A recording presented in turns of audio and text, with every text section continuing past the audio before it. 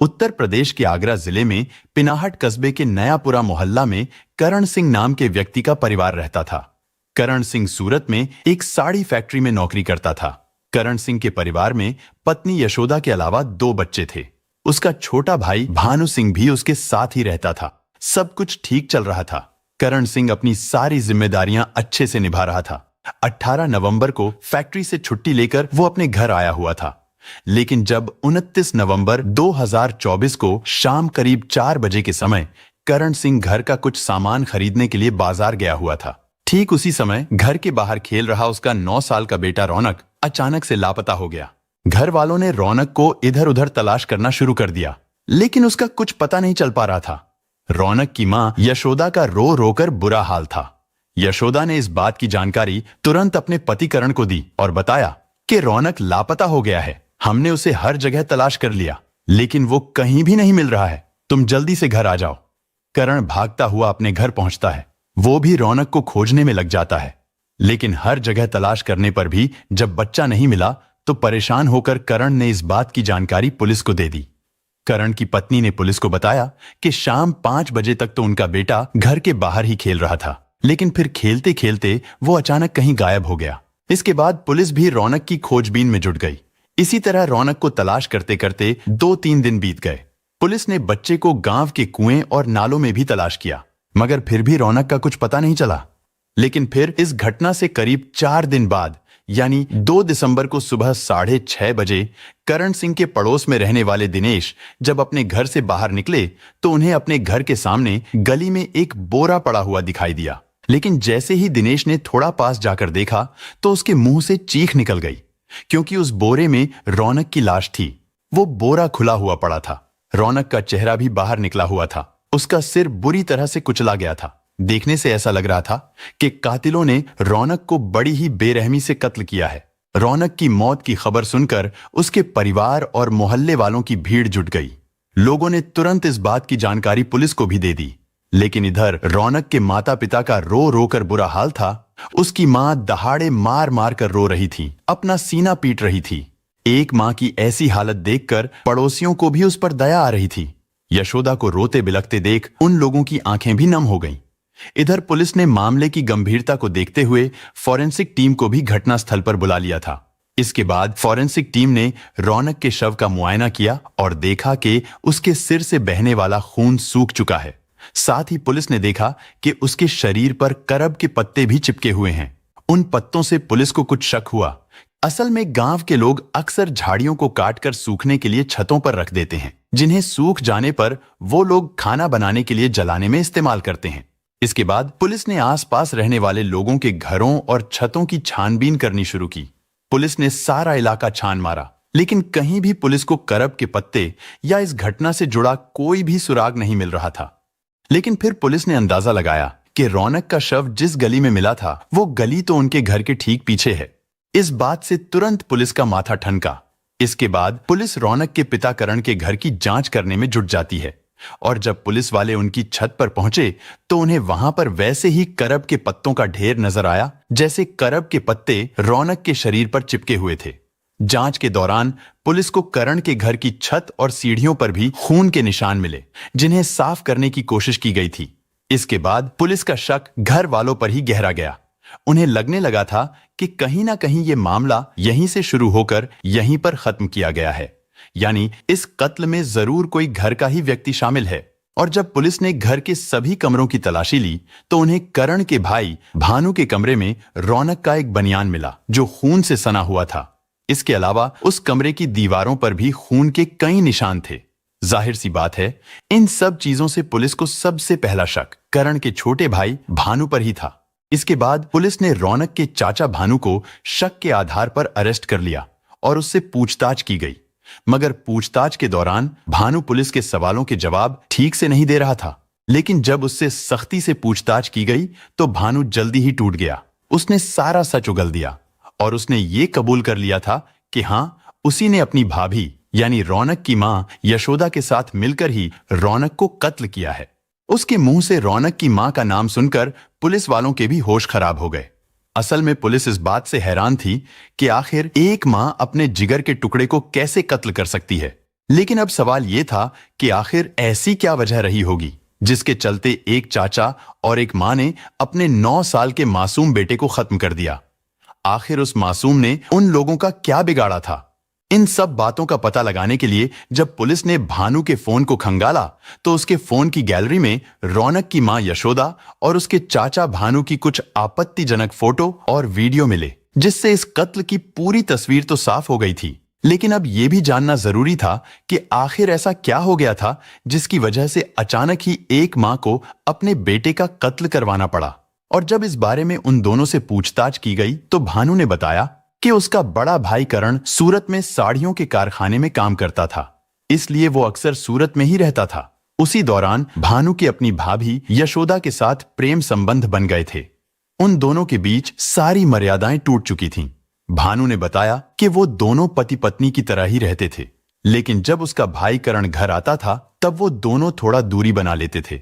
हालांकि भाभी मां समान मानी जाती है, लेकिन इन दोनों के लिए मां समान नहीं थी। वो दोनों तो पति पत्नी की तरह रहते थे। भानु ने आगे बताया कि 18 नवंबर को उसका भाई करण काम से छुट्टी लेकर घर आया हुआ था। इसके बाद 29 नवंबर यानी घटना वाले दिन उसका भाई करण घर का सामान लेने बाजार चला गया। इधर भानु और उसकी भाभी यशोदा काफी दिनों से मिले नहीं थे, इसलिए भाई के बाजार जाने के बाद भानु मौका देखकर अपनी भाभी यशोदा के कमरे में घुस गया। इसके बाद वो दोनों रंग रलियां मनाने लगे। लेकिन जब वो दोनों मर्यादाओं की हद को पार कर रहे थे तभी अचानक 9 साल का रौनक उस कमरे में आ जाता है और जब वो अपनी मां को अपने चाचा के साथ संबंध बनाते हुए देखता है तो हैरान रह जाता है। इधर जब उन दोनों की नजर रौनक पर पड़ती है तो वो दोनों बुरी तरह घबरा जाते हैं। बेटे को अपने सामने देखकर यशोदा को लगा कि अब उनके संबंधों के बारे में सबको पता चल जाएगा, जिससे उन दोनों की बड़ी बदनामी होगी। बदनामी का ख्याल आते ही उन्होंने तुरंत रौनक को पकड़ लिया। पहले तो यशोदा ने अपने बेटे रौनक को बहला फुसलाकर चुप कराने और समझाने की कोशिश की और उसे 10 रुपए भी दिए कि दुकान से कुरकुरे लेकर खा लेना, लेकिन किसी को कुछ मत बताना, क्योंकि रौनक 9 साल का बच्चा था, वो सब समझता था। उसने अपनी मां से कहा कि तुम चाचा के साथ क्या कर रही थी, मैं पापा को जरूर बताऊंगा। यशोदा उसे बार बार समझाती रही, लेकिन रौनक इस जिद पर अड़ा हुआ था कि वो अपने पापा को जरूर बताएगा। रौनक की इस बात से वो दोनों डर गए। उसकी मां और चाचा को डर सताने लगा था कि अगर उन दोनों के अवैध संबंधों के बारे में करण को पता चल गया तो वो उन्हें घर से बाहर निकाल देगा। इसलिए अब उन दोनों ने रौनक को ही खत्म करने का प्लान बनाया। इसके बाद भानु रौनक को कुरकुरे दिलाने के बहाने दुकान पर लेकर गया। फिर वो उसे साथ लेकर अपने कमरे में चला गया। वहां पर एक बार फिर उन दोनों ने बच्चे को मनाने की कोशिश की, लेकिन जब रौनक नहीं माना तो भानु अपनी भाभी यशोदा से आखिरी बार पूछता है कि अब क्या करना है। उसकी भाभी यानी रौनक की मां ने कहा कि इसे मार डालो, क्योंकि अगर ये जिंदा रहेगा तो हम दोनों को बुरी तरह फंसा देगा। इतना कहकर यशोदा कमरे से बाहर निकल गई और जैसे ही रौनक ने कुरकुरे का पैकेट खत्म किया तो भानु ने कपड़े धोने वाली थापी उठाई और रौनक के सिर पर जोर से दे मारी। रौनक नीचे गिर पड़ा। उसके सिर से खून बहने लगा था। वो रोते हुए कहता है कि चाचा, आप मुझे क्यों मार रहे हो? लेकिन भानु तो जैसे पागल हो गया था। उसे बच्चे को रोते बिलखते देख जरा भी तरस नहीं आया। इसके बाद उसने थापी से ताबड़तोड़ वार करने शुरू कर दिए, जिसकी वजह से 9 साल के मासूम रौनक ने तड़प तड़प कर दम तोड़ दिया। देखिए, ये जो कारण निकल के आया है इसमें यही है कि चाचा और जो ये मृतक जो है इसकी जो माँ थी, उन दोनों के अवैध संबंध थे और अवैध संबंध को उस बच्चे द्वारा देख लिया गया था एक बार, और उसी के डर के कारण कि ये बच्चा कहीं बता ना दे, तो इनके द्वारा ये भानु जब उस बच्चे को कत्ल कर रहा था तो उस समय उसकी मां यशोदा भी अपने बेटे की आखिरी चीखें सुन रही थीं। वो अपनी मां को पुकार रहा था कि मां मुझे बचा लो, लेकिन उसे क्या पता था कि उसकी मां अब मां नहीं बल्कि एक डायन बन चुकी है। खैर, रौनक को खत्म करने के बाद अब शव ठिकाने लगाने की बारी थी। उन्होंने रौनक की लाश को पहले तो कमरे में ही रखा। इसके बाद उसकी लाश को सीढ़ियों के पास रखे एक ड्रम पर रखकर उसके ऊपर बोरा डाल दिया ताकि कोई देख ना सके। शव को ड्रम पर रखने के दौरान सीढ़ियों पर भी खून गिर गया था। भानु ने उसे भी साफ करने की कोशिश की, लेकिन करीब 2 घंटे तक साफ करने के बाद भी निशान पूरी तरह से साफ नहीं हो पाए थे।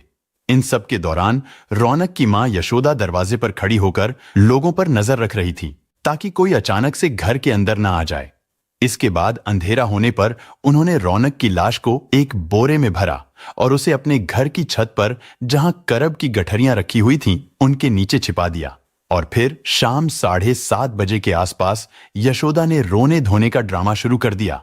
इन दोनों की इसमें मिली भगत निकली है और इन दोनों के द्वारा ही ये कृत्य किए गए। चाचा द्वारा इस बच्चे को मारा गया था और इसके सिर में एक प्रहार किया गया जिसमें इसके सिर में चोट आई। उसी से इस बच्चे की मृत्यु तुरंत हो गई थी। उसके बाद इसको 3 दिन तक छत पे ही रखा गया, जहां इनके घर है उसकी छत में करब है, उसमें करब में छुपा के इसको रखा गया था। पूछताछ के दौरान भानु ने बताया कि जब उसने रौनक के सिर पर थापी से वार किया था तो रौनक के सिर से खून की धार कमरे की दीवार पर जा लगी थी। भानु ने बताया कि मैंने और यशोदा ने उस दीवार को साफ करने की बहुत कोशिश की, लेकिन दीवार पूरी तरह से साफ नहीं हुई। इसके बाद उन धब्बों को छिपाने के लिए उन्होंने वहां पर एक ड्रम रख दिया। लाश को छत पर छिपाने के बाद उन्होंने सोचा था कि मौका देखकर रौनक की लाश को पड़ोस में ही रहने वाले अपने एक रिश्तेदार के घर फेंक देंगे, क्योंकि उन लोगों के साथ उनकी पहले से ही रंजिश चल रही थी। इसलिए उन्होंने सोचा था कि उनके घर शव मिलने से पड़ोसियों का शक भी उनके रिश्तेदारों पर ही जाएगा, क्योंकि पड़ोसी जानते थे कि उन दोनों परिवारों में कई सालों से रंजिश चली आ रही है। इसको लेकर उन्होंने अपहरण की कहानी भी घड़ ली थी, लेकिन शव को रिश्तेदार के घर फेंकने का उन्हें मौका ही नहीं मिल पाया था। भानु ने बताया कि अपने भतीजे रौनक को कत्ल करने के बाद 3 दिन तक उन्होंने उसकी लाश को घर की छत पर ही छिपाए रखा। लेकिन जब रौनक के पिता करण ने अपनी पत्नी के सामने ये बताया कि 2 दिसंबर को वो आगरा में पुलिस कमिश्नर से मिलने जाएगा और वहां से डॉग स्क्वाड को बुलाएगा ताकि पता चल सके आखिर हमारा बच्चा कहां है, ये बात सुनकर यशोदा कांप गई। इसके बाद यशोदा ने अपने देवर भानु को बताया कि 2 दिसंबर को उसका पति डॉग स्क्वाड को लाने आगरा जाएगा। क्योंकि रौनक का शव अभी तक छत पर ही रखा था, इसलिए वो दोनों डर गए। उन दोनों ने प्लान बनाया कि आज रात को कैसे भी करके रौनक का शव घर से बाहर निकालना है, क्योंकि अगर पुलिस ने लाश उनके घर से ही बरामद कर ली तो सबसे पहला शक उन पर ही जाएगा। इसलिए उन्होंने शव को फिर से ठिकाने लगाने का प्लान बनाया और फिर प्लान के अनुसार 1 दिसंबर को सुबह 4 बजे यशोदा मोबाइल चार्जिंग पर लगाने के बहाने घर से बाहर निकली। इसके बाद वो छत पर पहुंच गई और भानु मकान के पीछे वाली गली में खड़ा हो गया।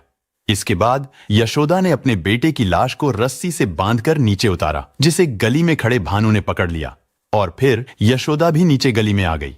फिर उन्होंने बोरे का मुंह खोल दिया और रौनक की लाश को गली में ही छोड़कर वो लोग घर वापस आ गए। इसके बाद जब पड़ोसियों ने लाश देखी तो हड़कंप मच गया। अपने बच्चे के शव को देखकर उसकी मां यशोदा और चाचा भानु भी घर वालों के सामने रोने का नाटक करते रहे। वो दोनों दहाड़े मार मार कर रो रहे थे। पड़ोसियों का कहना था कि रौनक यशोदा का लाडला था। रौनक जब स्कूल से घर आता था तो वो अपनी मां से लिपट जाता था। वो 9 साल का हो चुका था, लेकिन अभी भी खाना वो अपनी मां के हाथों से ही खाता था। वो अपनी मां के बगैर कहीं नहीं जाता था, हर समय मां के आगे पीछे ही घूमता रहता था, क्योंकि उसके पिता तो अक्सर बाहर ही रहते थे, जिसकी वजह से रौनक के लिए उसकी मां ही सब कुछ थी। अगर वो किसी चीज की जिद करता तो उसकी मां उसे जरूर लाकर देती थी। लेकिन अचानक इस मां ने जो किया वो बहुत ही शर्मनाक था, क्योंकि पहले तो उसने रिश्तों की मर्यादा तोड़ी, इसके बाद इस डायन ने मां के नाम को भी कलंकित कर दिया। खैर, फिलहाल उन दोनों को अरेस्ट कर लिया गया है। पुलिस ने भानु के दिए गए बयान और सबूतों के आधार पर चार्जशीट तैयार करके उन्हें अदालत में पेश किया, जहां से उन दोनों को जेल भेज दिया गया। दोस्तों, इस घटना को सुनाने का उद्देश्य किसी का दिल दुखाना नहीं है, किसी को परेशान करना नहीं, बल्कि आपको जागरूक करना है, आपको सचेत करना है। दोस्तों, इस पूरी घटना के बारे में आपकी क्या राय है, कमेंट बॉक्स में जरूर बताएं। और अगर हमारी मेहनत पसंद आई हो तो इस वीडियो को लाइक करते हुए शेयर भी करें। अगर आपने अब तक चैनल को सब्सक्राइब नहीं किया है तो हमारे चैनल को सब्सक्राइब कर लीजिए। धन्यवाद।